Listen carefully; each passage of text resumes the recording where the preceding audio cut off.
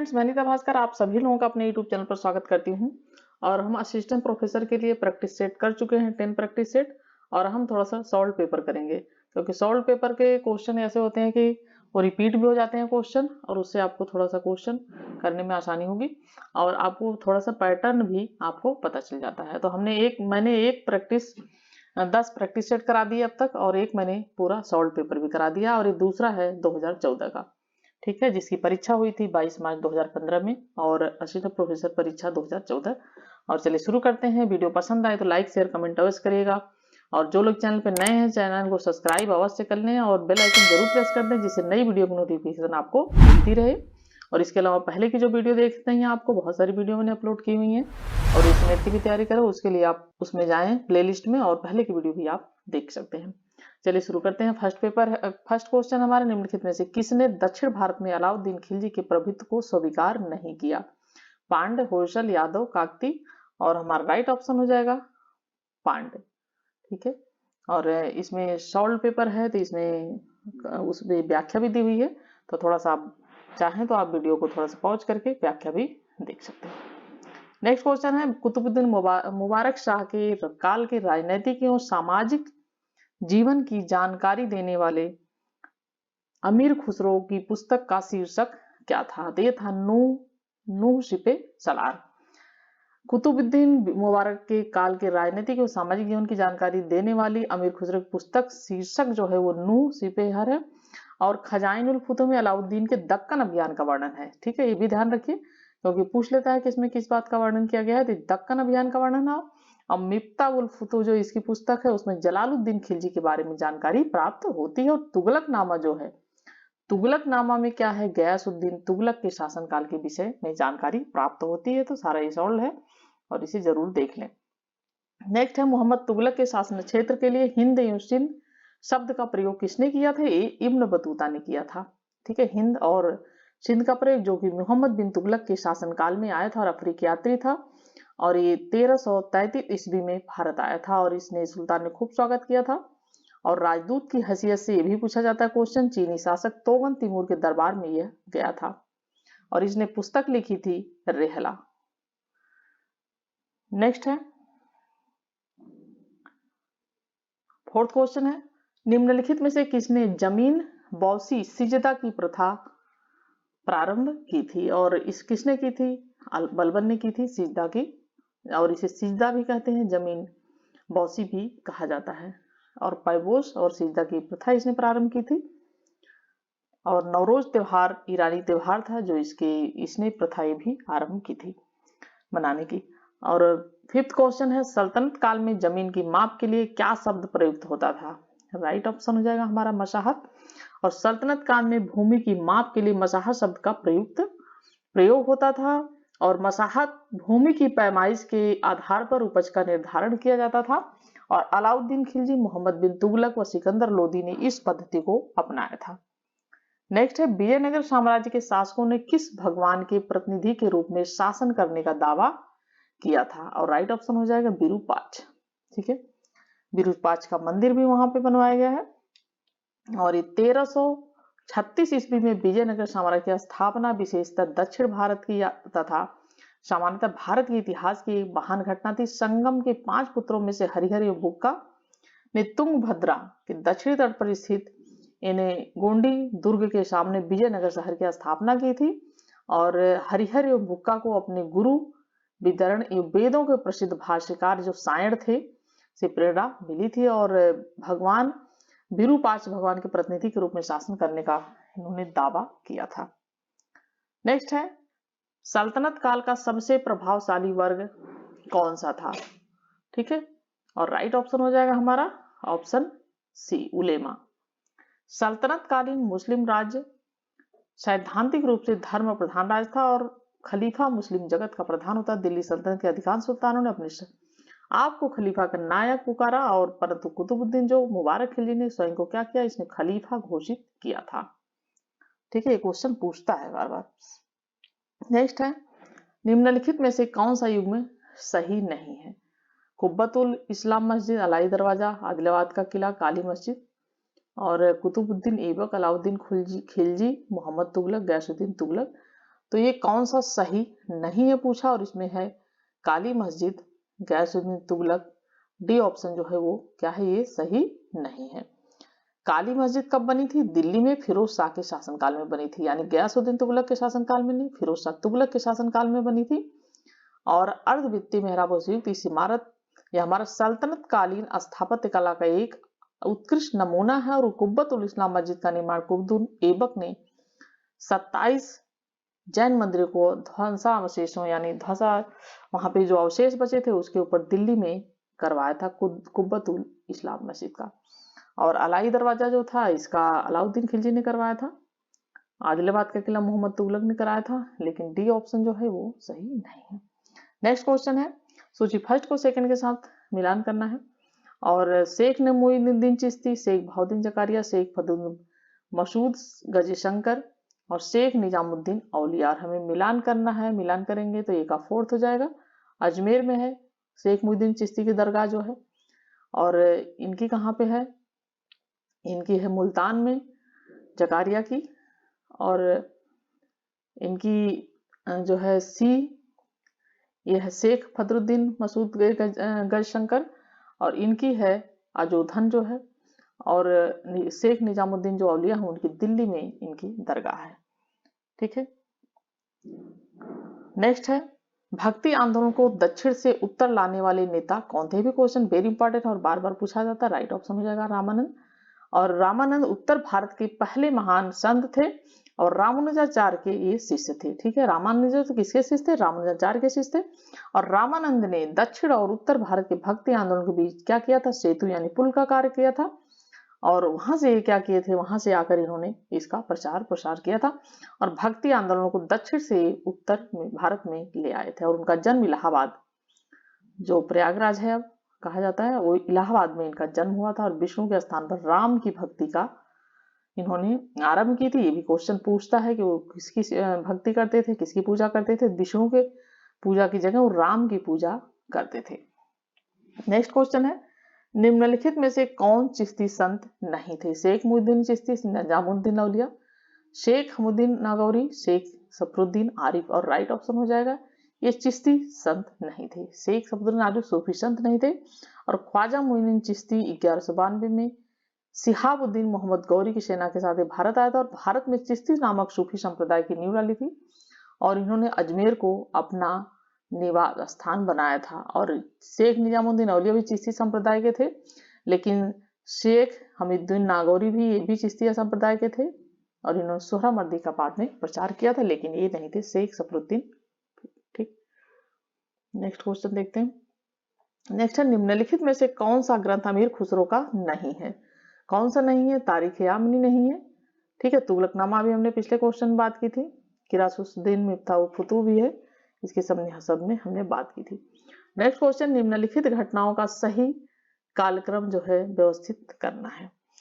मुगलों का बल्क पर अधिकार, माहवारी समानुपात प्रणाली का प्रारंभ, निजाम शाही का अंत, बीजापुर एवं गोलकुंडा से मुगलों की संधि। ठीक है, इस क्वेश्चन का आंसर इसमें नहीं दिया है। और इसमें हम देखते हैं, थोड़ा सा पढ़ते हैं। शाहजहां ने इसमें क्या पूछा है? सही क्रम इनका व्यवस्थित करना है। और शाहजहां ने सर्वप्रथम भारत में 1633 ईस्वी में अहमदनगर पाकर उसे मुगल साम्राज्य में मिलाया था। और 1636 ईस्वी में भयभीत होकर गोलकुंडा था बीजापुर शाह से संधि कर ली थी। 1647 ईस्वी में शाहजहां ने बल्क पर अधिकार किया था। ठीक है, बल्क पर अधिकार किया था। तो इसका थोड़ा सा डेट वाइज है, इसलिए इसमें थोड़ा सा कंफ्यूजन हो रहा है और इसका आंसर इसीलिए इसमें नहीं दिया है। और इसमें दिया है कि सभी विकल्प जो हैं ये क्या है? गलत है। ठीक है, नेक्स्ट क्वेश्चन है, बीजापुर में गोल गुंबद किसने बनाया था? राइट ऑप्शन क्या हो जाएगा हमारा? मोहम्मद आदिल शाह। मोहम्मद आदिल शाह ने गोल गुंबद बनवाया था। नेक्स्ट क्वेश्चन, निम्नलिखित में से कौन सा कथन सत्य है? मुगल कालीन बाबर में नील की खेती दिल्ली में दरबार प्रांतों तक सीमित थी और मदद ए माश अनुदानों को औरंगजेब ने वंशानुगत बना दिया। और जहांगीर ने अलमतगा जागीरों के स्थानांतरण की जो है प्रारंभ की। और ये है राइट ऑप्शन हमारा इसमें सी। ठीक है, और नेक्स्ट क्वेश्चन देखते हैं।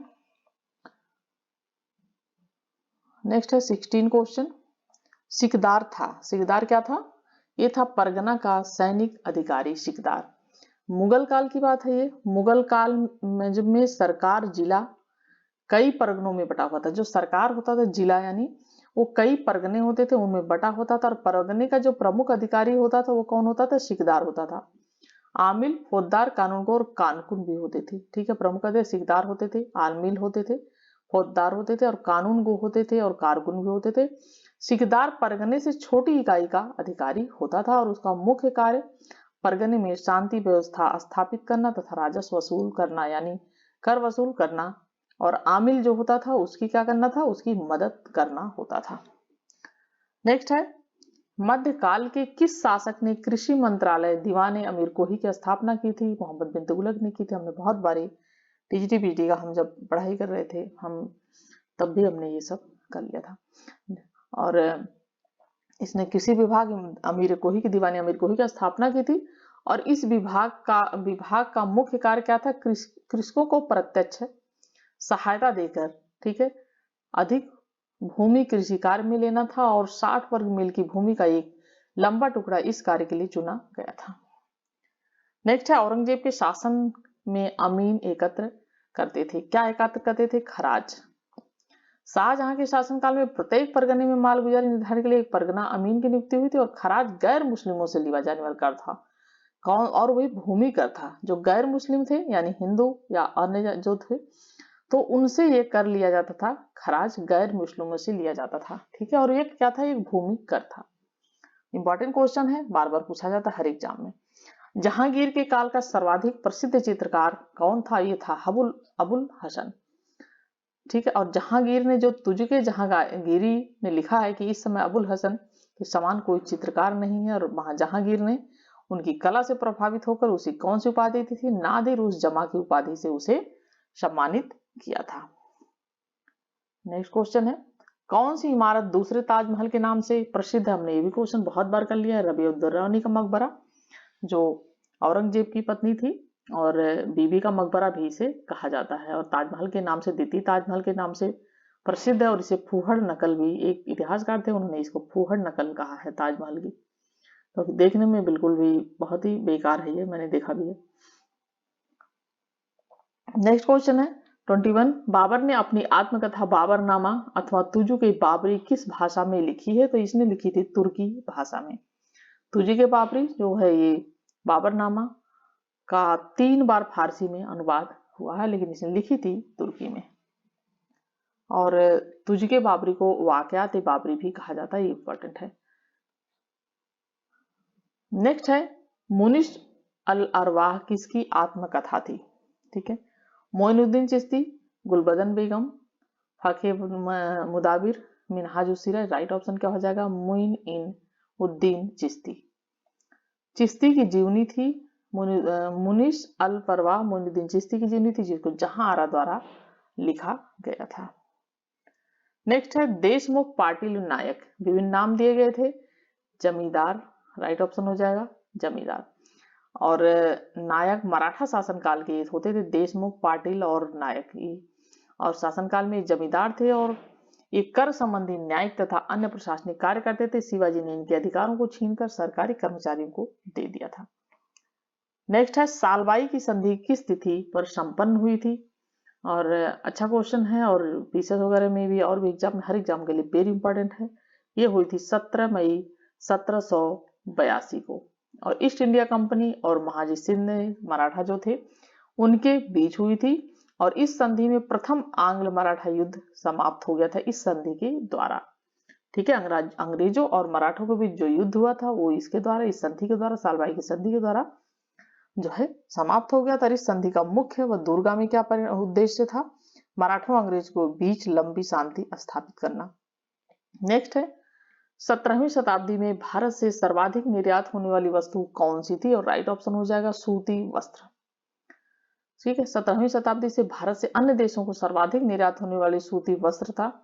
तत्कालीन समय में भारत में सूती वस्त्र उद्योग सर्वाधिक उन्नत उद्योग था। खानदेश, गुजरात, लाहौर, लखनऊ और बंगाल बड़ौच, सरहिंद, सुल्तानपुर, सहारनपुर, मुर्शिदाबाद, पटना और कश्मीर क्या थे? ये इतने सारे सूती वसुत्व के केंद्र थे।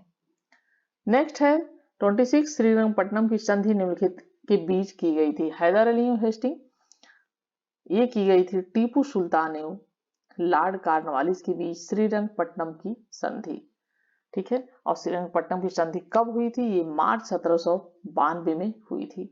और इस संधि में अंग्रेजों की ओर से कॉर्नवालिस तथा मैसूर से टीपू सुल्तान शामिल थे और इस संधि के अनुसार टीपू को अपने राज्य का लगभग आधा भाग अंग्रेजों तथा उनके साथियों को देना पड़ा था और साथ ही युद्ध के हार जाने के रूप में टीपू सुल्तान को 3 करोड़ रुपए भी देना पड़ा था।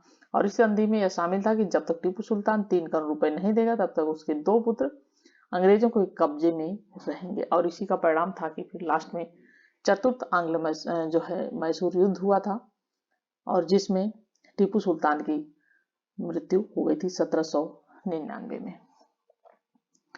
नेक्स्ट है प्रथम जनसंख्या गणना हुई थी, तो कब हुई थी? 1881 में। अंग्रेजों के शासनकाल के बाद थी। आधुनिक प्रणाली की सर्वप्रथम जनगणना लॉर्ड मेयो के शासनकाल में 1872 में हुई थी, किंतु जनगणना का जो क्रमवार आकलन था अर्थात प्रथम नियमित जनगणना अर्थात आकलन हुआ वो हुआ लॉर्ड रिपन के शासनकाल में मानी जाती है 1881 में। नेक्स्ट क्वेश्चन है रॉबर्ट क्लाइव ने मुगल शासक से बंगाल, बिहार, उड़ीसा की दीवानी किस वर्ष में स्वीकार की थी? और ये स्वीकार की थी 1765 ईस्वी में। ठीक है, इलाहाबाद की दूसरी संधि अगस्त 1765 के अनुसार भगोड़े सम्राट शाह आलम को अंग्रेजों ने अपने संरक्षण में ले लिया तथा उन्हें इलाहाबाद में रख दिया गया और 12 अगस्त 1765 को अपने फरमान द्वारा मुगल बादशाह शाह आलम द्वितीय ने ईस्ट इंडिया कंपनी को बंगाल, बिहार तथा उड़ीसा की दीवानी अस्थायी रूप से दे दी और जिसके बदले में कंपनी द्वारा सम्राट को 26 लाख रुपए दिया जाना था। 29 क्वेश्चन है ब्रिटिश भूमि व्यवस्था का पिता किसे कहा गया? मार्टिनबर्ग, मैकाले, हटेज, मैकेंजी। राइट ऑप्शन है मार्टिनबर्ग। ब्रिटिश भूमि व्यवस्था के पिता मार्टिनबर्ग को कहा गया और अस्थायी और रैयतवाड़ी जो व्यवस्था थी उसकी असफलता के बाद महलवाड़ी व्यवस्था का प्रस्ताव हार्ल्ड मैकेंजी द्वारा लाया गया। अंग्रेजी को भारत की सरकारी भाषा तथा शिक्षा का माध्यम और यूरोपीय जातिवाद का दर्शन तथा विज्ञान को भारतीय शिक्षा का लक्ष्य बनाने में मैकाले का सर्वाधिक योगदान था। नेक्स्ट है पुरानी गारंटी पद्धति के अधीन जिन ब्रिटिश कंपनियों ने रेलवे में पूंजी निवेश किया उनको लाभांश आश्वासन की गारंटी थी और ये थी 5%। ठीक है, नेक्स्ट क्वेश्चन है किसका तर्क था कि औपनिवेशिक काल में भारत में अनौद्योगिकरण नहीं हुआ? और ये था मॉरिस डी मॉरिस। ठीक है, इसका मानना था 1800 से 1850 के बीच के समय को अनौद्योगिकरण या औद्योगिकरण के नाम से जाना जाता है। अनौद्योगिकरण इस दौर में जहां ब्रिटेन औद्योगिक क्रांति के दौर से गुजर रहा था वहीं भारत में औद्योगिक पतन का दौर चल रहा था और औद्योगिक क्रांति के इस दौर में भारतीय परंपरागत हस्तशिल्प उद्योग का ह्रास हुआ और सर्वाधिक दुष्प्रभाव यह हुआ कि देश की अर्थव्यवस्था अधिकाधिक विदेशी अर्थव्यवस्था के आधिपत्य में अधिकार में आ गई थी और मॉरिस डी मॉरिस का तर्क था कि ब्रिटेन के संरक्षण में भारत में औद्योगिकरण की सारी संभावनाएं उस समय उस काल में मौजूद थी। नेक्स्ट है ब्रिटिश कालीन भारत में भारतीय पूंजीपतियों के पास मात्र महत्वपूर्ण उद्योग था और वो था सूती वस्त्र उद्योग। नेक्स्ट है 33 क्वेश्चन निम्नलिखित में से कौन बेंटिंग का मुख्य आर्थिक सुधार नहीं था? और ये था आधुनिक उद्योगों का विकास। लॉर्ड विलियम बेंटिंग 1828 से 1835 के कार्यकाल में निम्नलिखित महत्वपूर्ण कार्य हुए। सती प्रथा की समाप्ति, ठगी प्रथा की समाप्ति, नरबली प्रथा का प्रारंभ, 1833 का चार्टर अधिनियम, कलकत्ता में मेडिकल कॉलेज की स्थापना, अंग्रेजी भारत के प्रशासन की सहकारी भाषा बनी और आगरा नई प्रेसिडेंसी बनी, साथ ही एक सर्वोच्च न्यायालय की स्थापना हुई। ठीक है, नेक्स्ट है 34 क्वेश्चन महलवाड़ी बंदोबस्त की नीति की पहल किसने की? राइट ऑप्शन हो जाएगा हॉल्ट मैकेंजी। महलवाड़ी बंदोबस्त की नीति की पहल हॉल्ट मैकेंजी ने की थी। इस व्यवस्था में भू राजस्व निर्धारण महल या समूचे ग्राम के उत्पादन के आधार पर किया जाता था और महल के समस्त कृषक भूस्वामियों के भू राजस्व का निर्धारण संयुक्त रूप से किया, जिनमें गांव के लोग अपने मुखिया प्रतिनिधियों के द्वारा एक निर्धारित समय सीमा के अंदर लगान में अदायगी की जिम्मेदारी अपने ऊपर लेते थे और ये 30% जो भूभाग था उस पर थी व्यवस्था। 35 क्वेश्चन है, लॉर्ड कर्जन द्वारा रेलवे कमीशन नियुक्त किया गया और राइट ऑप्शन हो जाएगा 1901 ईस्वी में रेलवे कमीशन की नियुक्ति हुई थी। और 35 क्वेश्चन हमने कंप्लीट किया है और नेक्स्ट क्वेश्चन नेक्स्ट वीडियो में। आशा करती हूँ वीडियो पसंद आई होगी। Thank you for watching video.